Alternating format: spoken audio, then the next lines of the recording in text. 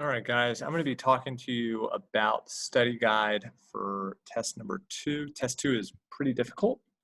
So there's a lot of different things that we need to go through to make sure you understand so you can get a good grade. All right, first major thing that you need to know about is the Enlightenment. Okay, so we talked about the Enlightenment last unit. That's one of the things that's kind of difficult about this unit test is it kind of pulls some stuff from last unit.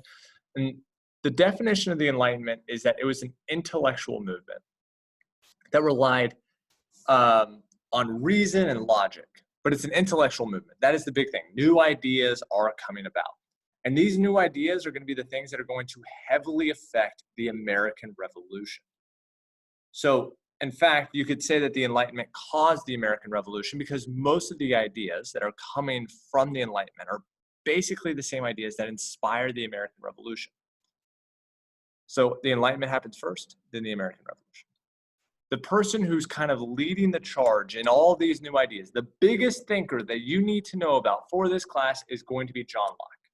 Now, there's other Enlightenment thinkers, but John Locke is the main one, and it comes mainly from his most famous writing, which is called the Two Treatises of Government. Now, in the Two Treatises of Government, he establishes several very, very important positions that you need to know about. The first one is that he's against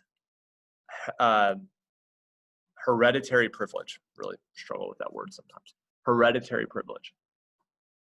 He's against this idea. Now, hereditary privilege is the idea that the kings are really just the sons of kings. Because your dad was a king, now you're going to be a king. There's nothing that you did individualistically to actually earn that kingship. Daddy told you that you were going to be a king, and because of that, you became a king. So he is promoting individual talent. The people that lead should be talented people. They should have gotten there through some type of talent that they're displaying.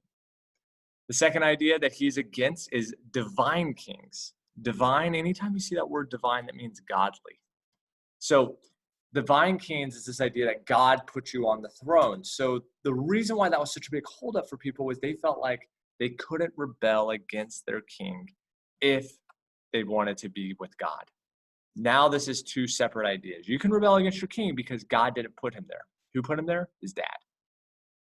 And what he is for is natural rights. He believes that the government can't just do whatever it wants to the people. That people have rights, and the government has to respect those rights. And if not, if the government doesn't, then you should overthrow them. Now, his influence is going to be far and wide, but there's two big examples that you should probably know about. The first one is Benjamin Franklin. Ben Franklin was one of the greatest thinkers in the colonies, one of the greatest thinkers in the world, and he took a lot of these ideas. John Locke was from Europe, in case you don't know that.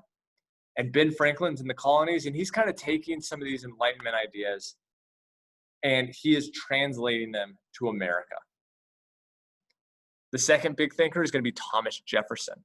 Now, Thomas Jefferson's most notable work is the Declaration of Independence, and because of that, we are going to consider the Declaration of Independence a heavily influenced document by John Locke, because Locke influenced Jefferson. Jefferson wrote the Declaration of Independence. We'll talk more about that in just a second. Overall, the impact, you could look at this two different ways. The first way to look at this is that the revolution, the American Revolution, actually happened way before the war. The war itself was just a product of all these revolutionary ideas. And one of the ways we can do this is by timeline. So John Locke wrote this two treaties 70 years before the American Revolution, a long time before. And these ideas had been building in the colonies. And if you thought that the revolution really happened beforehand, it's because you really think the ideas are revolutionary. These ideas that we don't need kings. We deserve individually talented people. All that's happening way before the war actually takes place. That's where people are protesting. Any protest against the king and taxes, that would be a part of the revolution, and that the war itself is just an effect of the actual revolution that's gotten into the minds of the people. The other idea is that the revolution is actually after the war. The war is just setting us free. Now you actually have to can you establish a government that really has these Enlightenment ideas? Can you establish a non-king government? can you establish a government that really protects people's natural rights?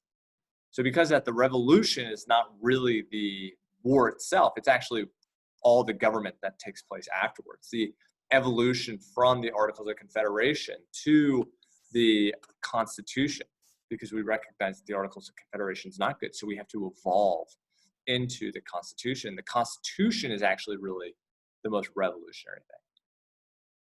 This is a very, very important idea. So if you don't understand what I just said over the last minute or two, make sure you rewind and understand how the revolution could be seen both as before or after it happening due to the influence of the Enlightenment.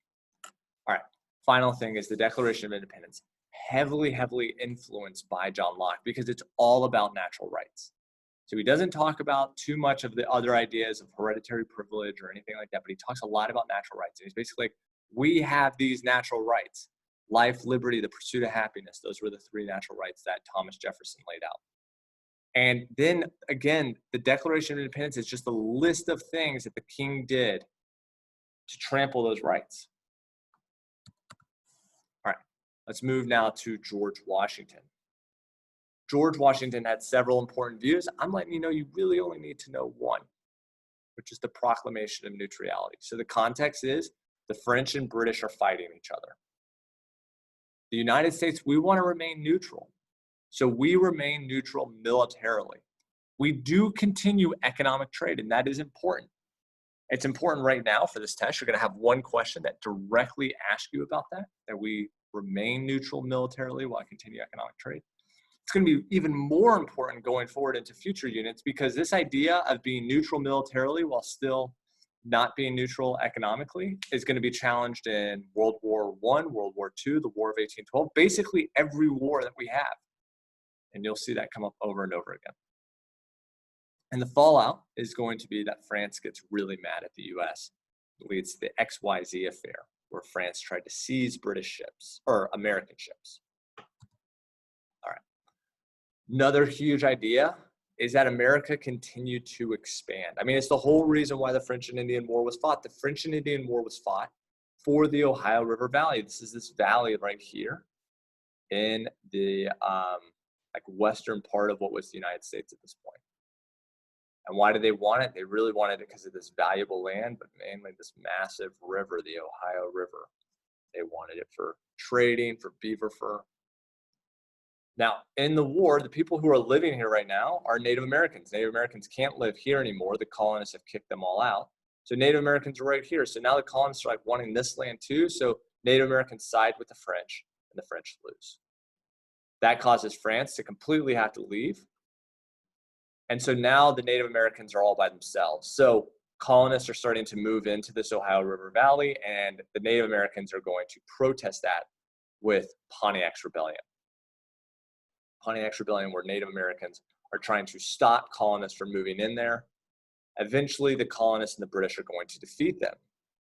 So it seems like the British and the colonists are really well aligned, except for now the colonists are going to kind of start taking things even further. They're going to go into Pennsylvania, right here. And in Pennsylvania, these colonists are going to start to still kill and do violence towards Native Americans. These guys were called the Paxton Boys. And the British hate that these are like constant battles between Native Americans and colonists. So what they do is they set up the Proclamation of 1763 to stop the colonists from going into this land. So they set up a line. It's the Appalachian Mountains, basically right here. This arrow is going. So now the colonists can't go anymore west. They can't go into the Ohio River Valley. And that makes them really, really mad because the whole reason why they fought the French and Indian War to begin with was the Ohio River Valley. So when the American Revolution happens, obviously they're not going to listen to the proclamation anymore. And so the United States begins to rapidly expand and settlers move into Kentucky and Tennessee. All right. Articles of Confederation. What are the worst parts of it? There's lots of bad things about the Articles of Confederation, first form of government of the United States, but two really, really bad things. First one is they can't tax. Because of that, they can't pay for things. There's two really good examples of this. They cannot pay back war debt, This is a big, big problem. They're going to be frozen on spending, so they can't like even kick the British out with their forts and stuff. But even during the American Revolution, they couldn't pay for supplies during the Revolution. This is why you have pictures like this. This is Valley Forge, where guys are outside in the frozen elements. This is kind of George Washington looking over, talking to somebody from the Continental Congress, because there's no money to pay for things because of taxes. Second thing is they don't really have a strong military, again, because of taxes, but no strong military. So because of that, they can't even stop Shays' Rebellion. All right. The Three-Fifths Compromise. For the Three-Fifths Compromise, what you need to know is that it's stated that 60% of the slave population counts towards the actual population. Why this is a big deal is because this helps the South get more representation in Congress. Why? Well, because there was this thing called the Great Compromise created that made two different houses of laws, a lower house and an upper house. The lower house is the House of Representatives. How many people went to represent your state was based off of how big your state population was. This is why the South gets more people. Let's look at this chart. So let's take randomly New Jersey. Okay, New Jersey has 184,000 people in it. 172,000 are free. 11,000 are slave. Because that, 60% of this would count towards the total population. So 60% of 11,423 is 6,854. That's how many are going to get counted. So even though they have 184,000 people living in it, a population for representation is going to be 179,000. A little bit less because of that 60%. Now, there are other states. Let's go down to Virginia. Virginia has 747,000 people, but only 450,000 are free. 292,000 are slave. So Virginia goes, if we don't get to count any slaves in the population, Virginia goes from being the biggest state by a massive margin to barely being the biggest state. It would have been the biggest state regardless. Pennsylvania would have been second. But look at the difference between Pennsylvania's free population is 430,000. Virginia's is 454,000. So they're almost the same exact in terms of free. But now you get to add 60% of the slave population, and that brings the population total to 630,000 as compared to Virginia's 432,000. So instead of them being almost identical, Virginia is going to get 21 representatives. Pennsylvania is going to get 14. So that's how much more that helped. So in terms of which state helped the most, I'm going to actually say that South Carolina got the most help. And the reason why that they got the most help is because they had 141,000 free people, 102,000 or 107,000 not free people. And because of that, they got to add 64,000 people, which increased their population a ton. But again, it's any state that has a big population. So South Carolina gets helped a ton, Virginia gets helped a ton, North Carolina gets helped a ton, Maryland gets helped a ton. States that don't have big populations don't get helped a lot. So I'm going to say South Carolina gets helped the most, Virginia and Maryland, very, very close. Actually, kind of looking at this a little bit closer, Maryland gets helped probably more even than South Carolina. So Maryland actually be helped the most. Okay. How did America win the war? 3 different ways. Militias. So militias were mainly in the South. These are local volunteers. They're using the elements to pop out, surprise, guerrilla warfare. And they're able to slow down the British. They would not have defeated the British straight up. Eventually, the British probably would have gotten them. But they're kind of like this little bug that's just flying around. And because that bug is flying around, it distracts the British. So for the French, the U.S. is also going to have help from the French. I think this is the biggest reason why they won. Because they sent supplies like guns and ships, as well as military leaders like Marquis de Lafayette, who helped out a lot. They helped out massively in the Battle of Yorktown with those guns and ships. It was the French ships that trapped the British at Yorktown. And then they also got other foreign powers to join in. They were the first foreign power to join in. And then after that, Spain and Holland also joined in, which made this a really big global war that the British couldn't just focus on the colonists. They had to focus on these other European powers. The final way that they won was Valley Forge. The military was super undisciplined before this. And then this guy, Baron von Steuben, came in and trained them up, making them much better soldiers. And these training protocols were actually practiced by now the rest of the military as well. So I would say it'd probably go the French as the biggest reason, then maybe Valley Forge is the second biggest reason, because again, this training went like so widespread. Militias are the third. They were helpful, but they couldn't have won the war by themselves.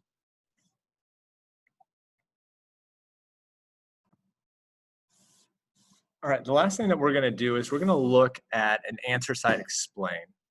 Now, anytime you see a question that has an A, B, C, this is actually 3 answer side explains in one. So it means you're gonna need a total of 9 sentences.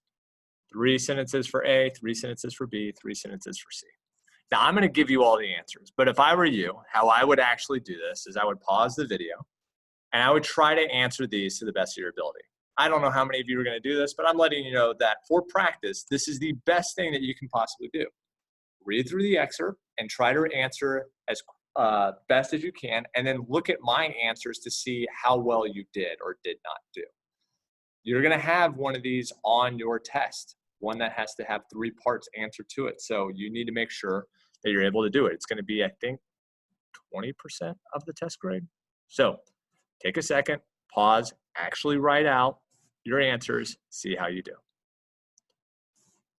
Hopefully you paused. If you didn't, you just heard me take a quick breath, and now we're gonna go through all the answers. So the first question's asking, briefly describe the point of view expressed by Oliver in the excerpt. Again, on your study guide, write down these answers that I'm giving to you. If you didn't write down already your own. If you wrote down your own, you can probably just keep it. So I'm looking for the point of view. Again, how I do this is I first just look at the source line. Always look at the source line first. Peter Oliver, I don't know who that is. He's a former Chief Justice of the Royal Colony of Massachusetts. And this is titled Origin and Progress of the American Rebellion. So I know going into this, this is probably about the start of the American Revolution, and that this is by Chief Justice. So he probably deals something with like the courts in Massachusetts. Then what I'm going to do is I'm going to skim this mainly by just reading the first sentence to see if I can pick up some stuff. The inhabitants of Massachusetts Bay were notorious in the smuggling business. Okay, it's about smuggling. From the capital merchant down to the meanest merchant, poorest craftsman. Okay, got it. Going on down, the ministry procured a new act, and I see act is capitalized, so I'm going to think that's like a stamp act, like a tax. To be passed, laying duties. Okay, I now know it's a stamp act because duties are taxes upon tea, glass, paper, and painter's colors. I actually even know what act this is. This is the Townshend Act. This act was not more unreasonable than many other acts which had been submitted to for so many years past, and which, even at this time, they made no objection to. Okay, so it seems like they don't really have a problem with it. So what became the problem? I'm going to read the first and last sentence of this paragraph. As to the glass in particular, the duty was so trifling like small, I guess, that it would not have enhanced the price of it to the purchaser. So it wasn't a very big one. It shouldn't even be that big of a deal. So then why did they do it? I'm going to keep reading. The true reason of opposition was this. The inhabitants of the colonies were a race of smugglers. They carried extensive trade with the Dutch, not only in Holland, but very greatly with the Dutch settlements in the West Indies. The smugglers then, who were the prevailing part of the traders in the capitals of the several provinces, found it necessary for their interest to unite in defeating the operation of the act. So this is a great actual example because I actually ended up having to read way more of that than I thought. And the thing that I picked up is this guy thinks that these guys were smugglers. That's why they didn't like the taxes, because it would have hurt their smuggling operation. So when I look at point of view, answer, The colonists were smugglers, and that's why they wanted to rebel. Cite, so can I give an example, like something from the passage, kind of summing it up a little bit more? He believes they hated taxes because of their smuggling practices. That's it. Explain. Can you explain why that wants them to rebel? Because they smuggled, it would have hurt their smuggling trade, so that's why they rebelled. Just that simple. Your second question, can you explain the historical situation? I know a lot about this historical situation actually because of the year 1781, the Battle of Yorktown. But I'm going to go a little bit broader, and I'm just going to say that this was written during the American Revolution, which was caused by the British taxation.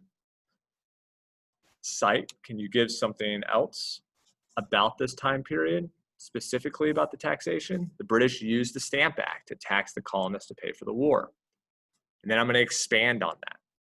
These taxes were used to pay for the French and Indian War, but the colonists thought they were unjust because of the taxation without representation.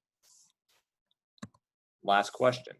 Briefly describe one piece of evidence you could use used by Oliver to support his argument in the excerpt. So I went a little bit different. I could have talked about the Townshend Acts in particularly, but instead I did something where I wrote about the Navigation Acts. I said one piece of evidence I can think of was the Navigation Acts. The Navigation Acts forced the colonists to only trade with the British, but they smuggled around that. The British let them do this because of salutary neglect, but once the British stopped this, the colonists became combative and that led to war. This is me relating back how the Navigation Acts and salutary neglect support Oliver's argument. That would be critical. You would not get full credit if you couldn't do that. All right, so make sure you understand how to do those and keep studying for your test. Good luck.